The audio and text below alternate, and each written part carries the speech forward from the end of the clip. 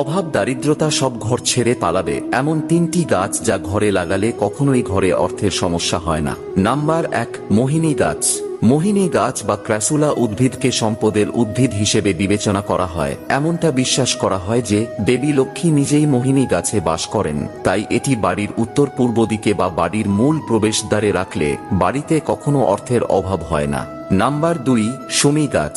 শমী গাছ বা লজ্জাবতী গাছ ভগবান শিবের খুবই প্রিয় উদ্ভিদ এবং ভগবান শিবকে এই গাছের পাতা নিবেদন করলে তিনি খুবই প্রসন্ন হন। তাই এই গাছ প্রতিটি বাড়িতেই লাগানো উচিত, কারণ যে বাড়িতে এই গাছ থাকে অভাব দারিদ্রতা সেই বাড়ি থেকে অনেক দূরে থাকে।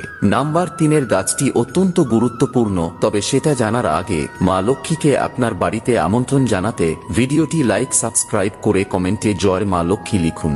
নাম্বার 3, জ্যোতিষ শাস্ত্র অনুসারে ঘরে মানি প্ল্যান্ট লাগানো সবথেকে শুভ বলে মনে